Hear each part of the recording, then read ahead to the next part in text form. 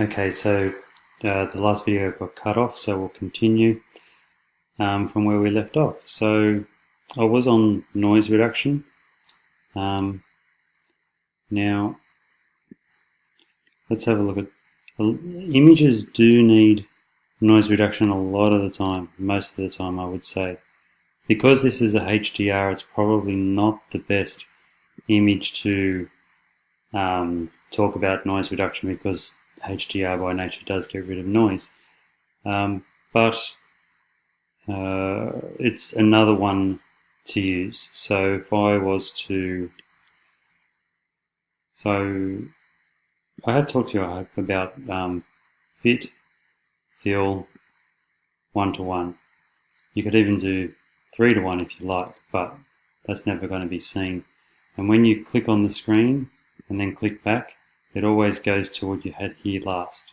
So I would want it on 1-to-1 and fit. So fit, 1-to-1. They're the two that I like, because it puts the whole picture in the frame and then it shows me what the actual pixels look like on my screen.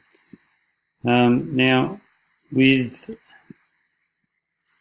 noise reduction, yeah, about 50% sometimes pretty good, but obviously it's a trade-off. You start losing detail the more that you take away from the noise. So you can see I just popped that back and a little bit more detail came back into the rocks and things.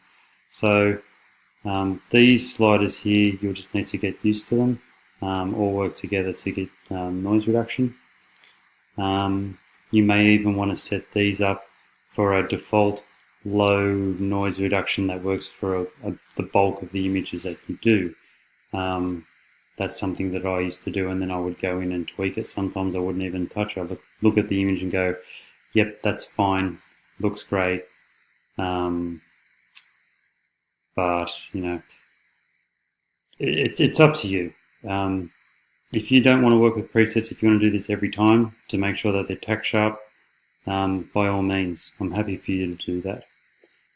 Now, sometimes you can get in the pixels of the detail color, so that's another good one as well.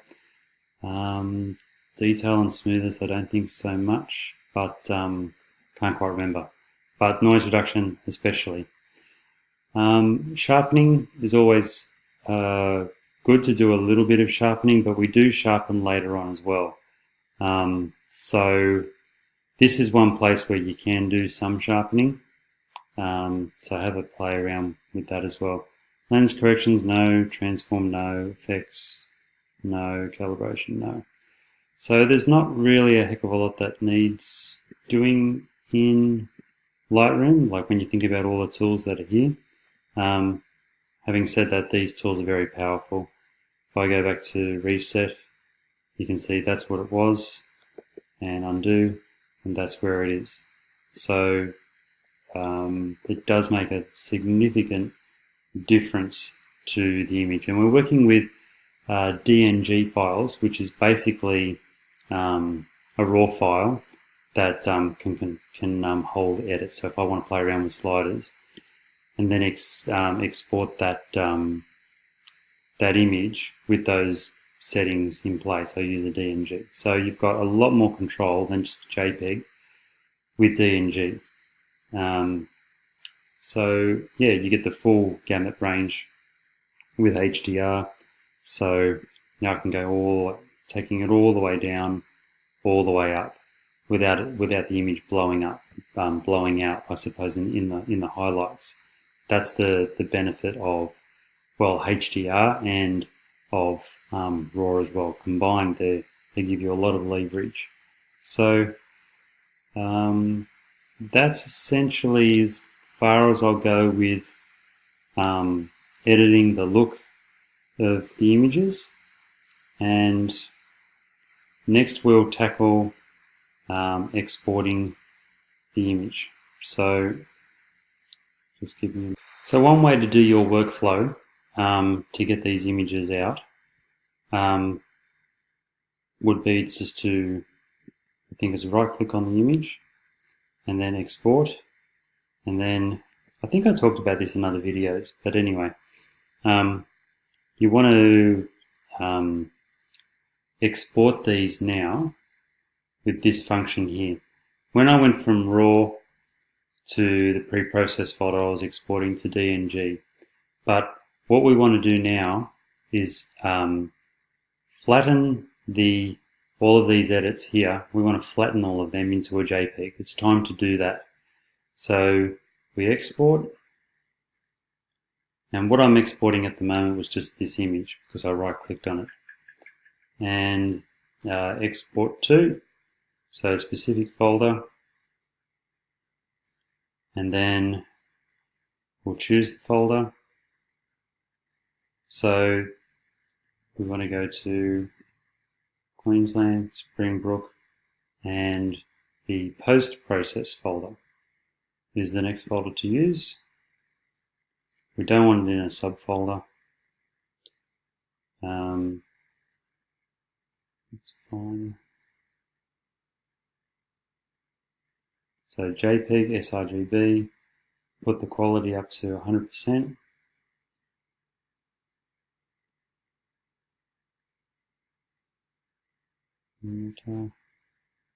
Watermark. Okay, so after export, open with Photoshop. So this will actually save you a step. Saves you a few steps actually opening it in Photoshop. Okay.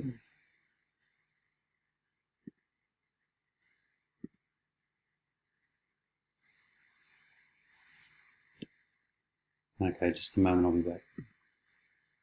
Okay, so I just had a bit of a hard drive space issue.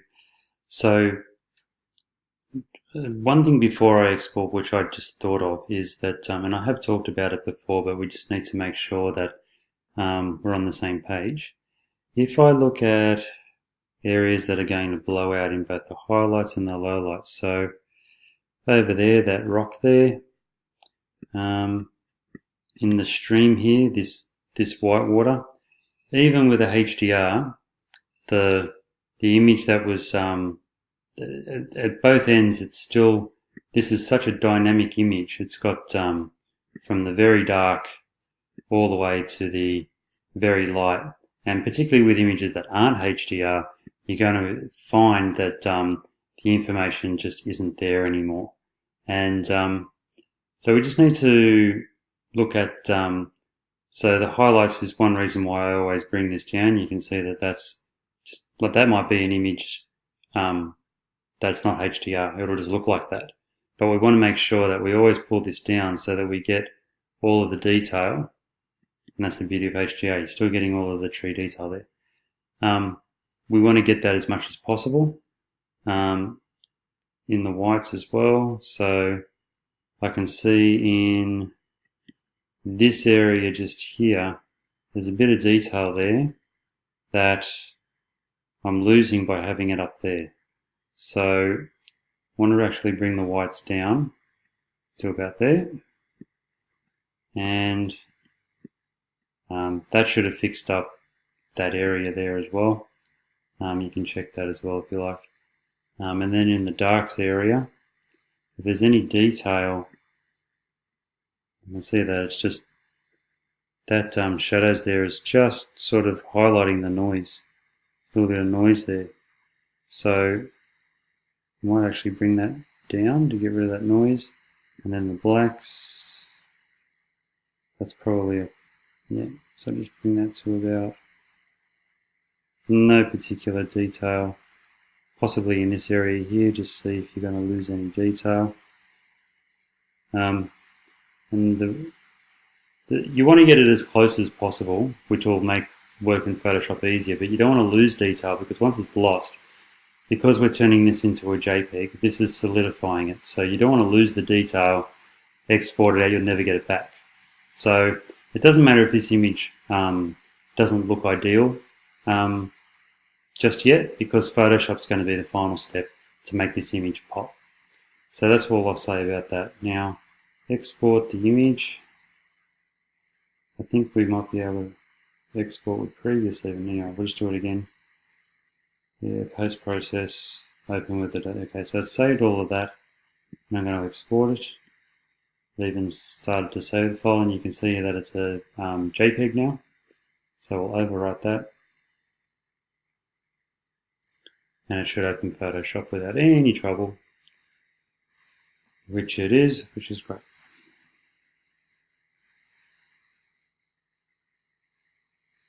Alright, so now we've got the image in Photoshop. Now if I go back to Finder or Explorer for Windows, and we look in the post-process folder, you can see there it is there.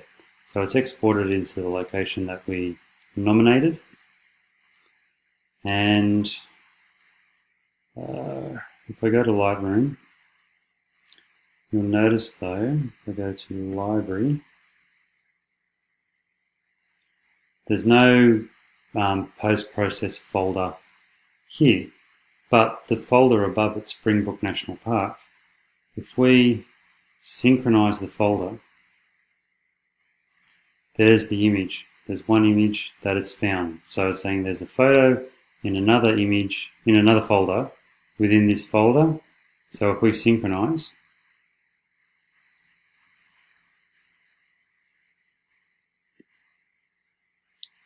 there it is there. So that's a JPEG now.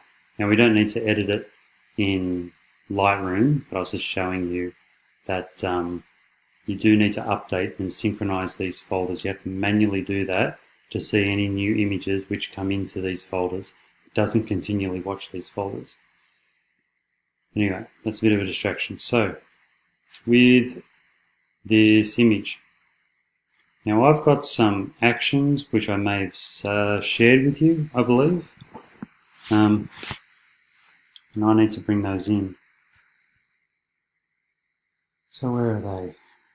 1 second. Okay, so I've just copied across my actions and I've just put it in the root of the Springbrook folder. So once you've grabbed that folder, that file, just delete it. I've got a copy elsewhere. So what we need to do is go to Actions and Load Actions.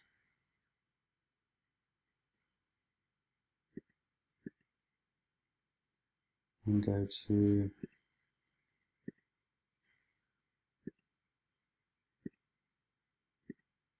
Find the file.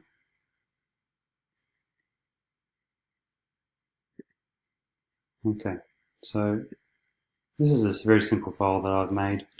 Saves a lot of work. So the file sizes of the various images that I have on Scenic Gems. So 13, you would know these sizes, you've obviously worked with them a lot. So 1360 by 720 is the hero image, the small images, and the medium image, I guess you'd call them. And in the overview section, there's some very tiny images, where you've got 2 images, then 3 images, then 2 images again in the overview section.